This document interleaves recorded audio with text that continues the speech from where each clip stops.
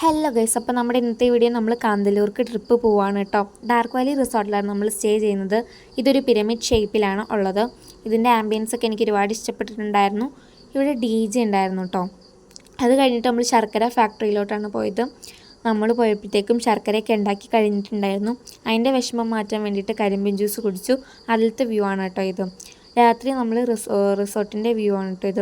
ചപ്പാത്തിയും chicken കറിയായിരുന്നു രാത്രിയിലത്തെ food. Day 2 ആയി. മസാല ദോശയായിരുന്നു രാവിലെ. അത് കഴിഞ്ഞിട്ട് ട്രക്കിങ്ങിന് പോയി.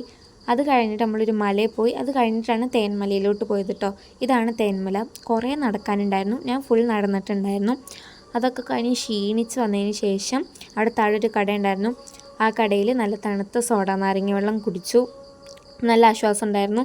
അത് കഴിഞ്ഞിട്ട് കാന്തല്ലൂർ ബെറീസിലോട്ടാണ് പോയത്. അവിടെ സ്ട്രോബെറി ആയിരുന്നു കേട്ടോ ഫാം ചെയ്തിട്ടുണ്ടായിരുന്നത്. ഇവിടെ ഫോട്ടോ എടുക്കാൻ അടിപൊളിയാണ്. ഇവിടെ തന്നെ സ്ട്രോബെറിയും വിൽക്കുന്നുണ്ട്.